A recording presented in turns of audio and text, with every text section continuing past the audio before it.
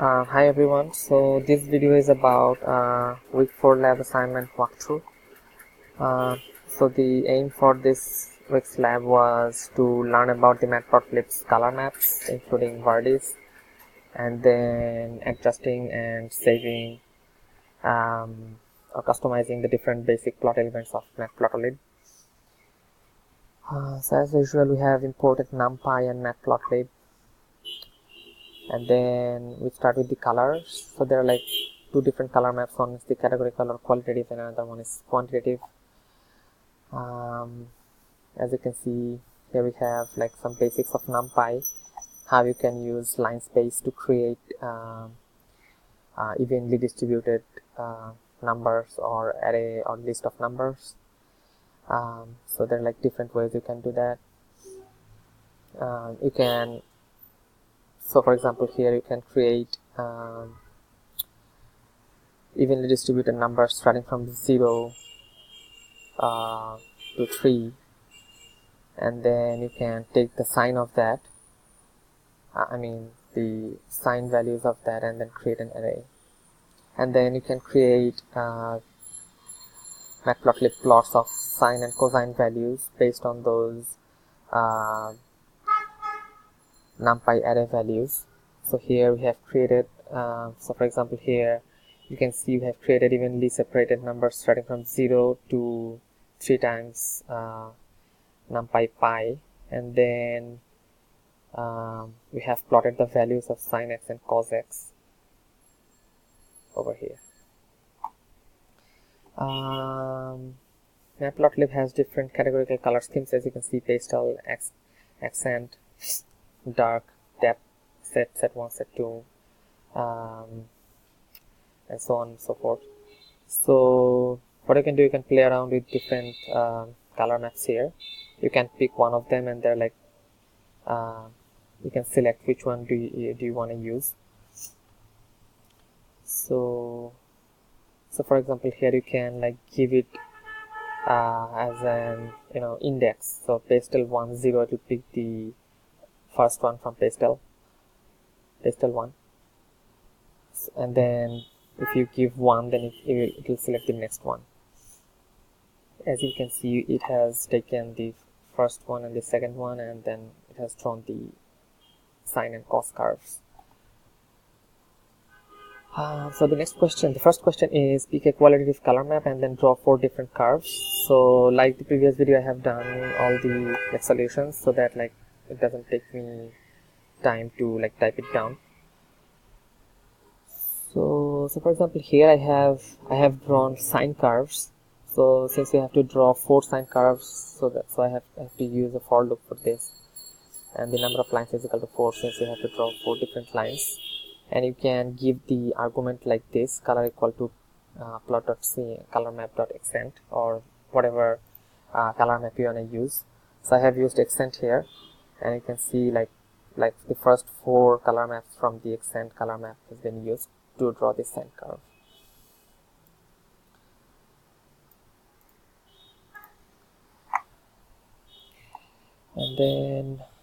And then you can like go through the Matplotlib's quantitative color maps. If you click this link, it has got like all this description and how you can use them.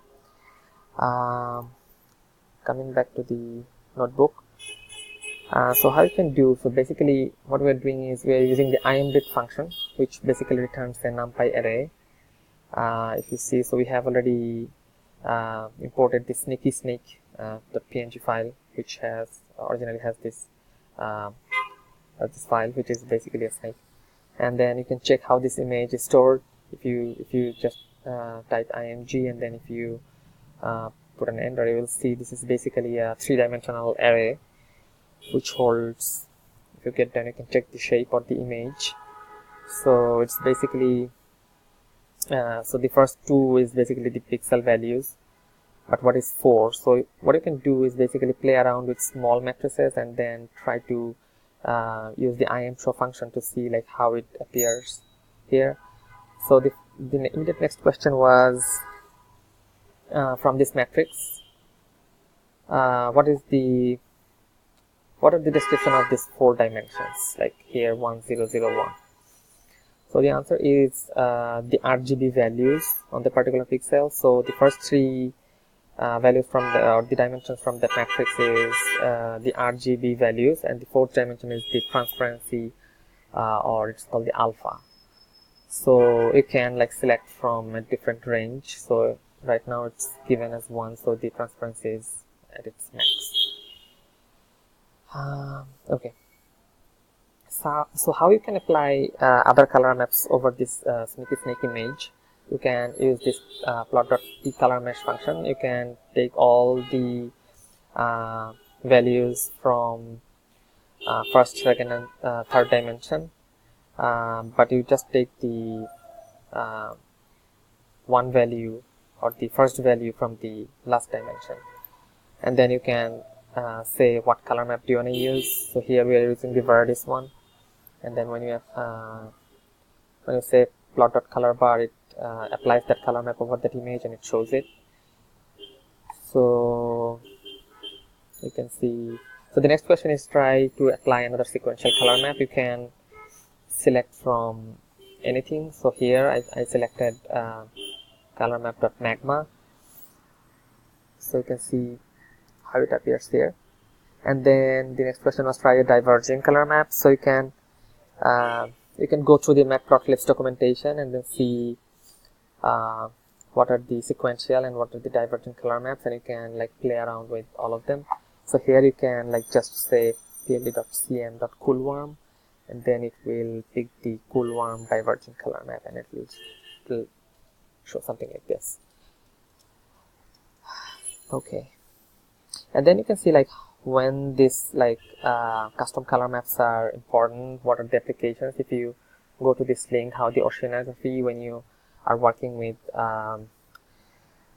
large ocean maps and you are trying to color different so for example, if you want to color the temperature of the ocean on different part of the world, then you can apply these color maps. And then if you go to this link, you can see like how these color maps are important in oceanography.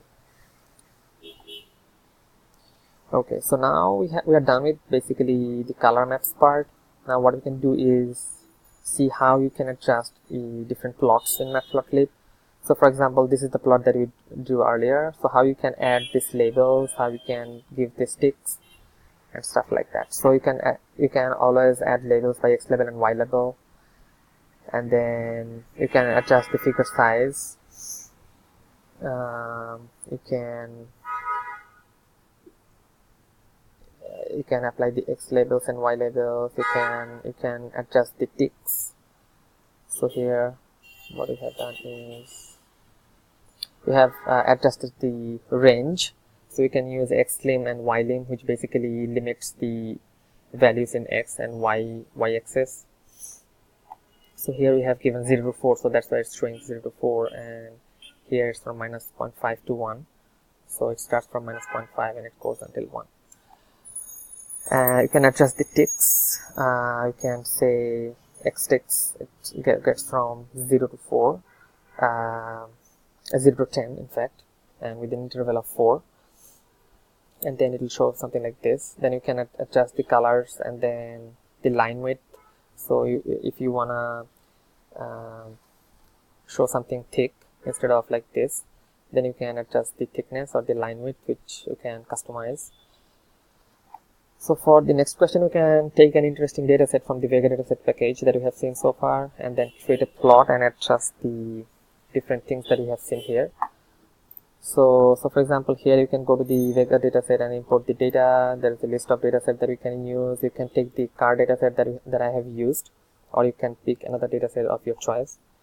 And then here I am just basically doing a simple bar chart. You can see I have adjusted the color to green. I have adjusted the line width. I have given the label. So basically this is the origin of the cars versus the horsepower.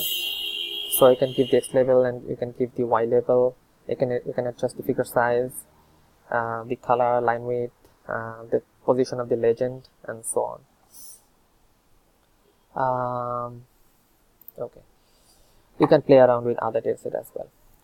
Okay, so moving on, SVG is the scalable vector graphics. um, which basically is something different from the usual raster graphics that we see, which stores the pixel values of different pixels. So when you zoom in, basically what happens is it kinds of fades. So instead, what we can do is in Inkscape or in Adobe Illustrator, what you can do, you will see the vector graphics, which is different from the raster graphics, which what it basically does is instead of saving the color values of individual pixel, it saves the instruction for drawing the individual pixels. Like for example, you can draw a circle with a radius of 5 at 100 and with a red line, so it will do that. So unlike the raster graphics, it will not fade away or it will not break when you zoom in. You can see like it basically remains as usual even if you zoom in. So what you can do, you can put as SVG figure within an SVG tag. If you are working on an HTML file, you can give the instruction whatever you're trying to draw. So for example, here it's a circle with the coordinates and the radius and the fill. If you give all these different options, you can see the stroke width, and since it can be embedded in an HTML file, you can also incorporate the CSS like you usually do for other HTML tags. So the tag for this is the SVG. So here you can apply different like fill, stroke and stroke width and stuff like that, and then you can apply it here. Or you can, instead of doing it here, what you can do, you can like make it inline and put it here as well. So there are like different shapes in SVG such as ellipse, line, polygon, polyline, path, etc. So here the task was to draw something like this, like a circle embedded in a triangle, and then there's a line from the top to the base.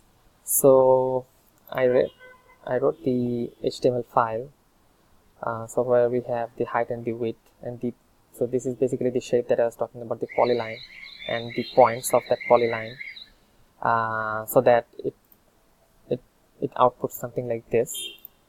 And then there's a style. So you can see here I have made it inline. Instead of like putting it here as a separate style sheet, I have put it here. And then you can draw the circle with at 150 and 210, and then with a radius of 90 with a stroke of black and stroke width of 3. You can play around with different values to check how it works. So the output that I got is something like this. So there's a polyline. So basically there's a triangle, and then there's a line, and then followed by this circle that I drew, and I didn't change the color, so that's why it's showing black. The stroke was black. Okay, so basically that's it for this assignment. Let me know if you have any question. Send me a message, email us, or send us a message on Slack. Thank you.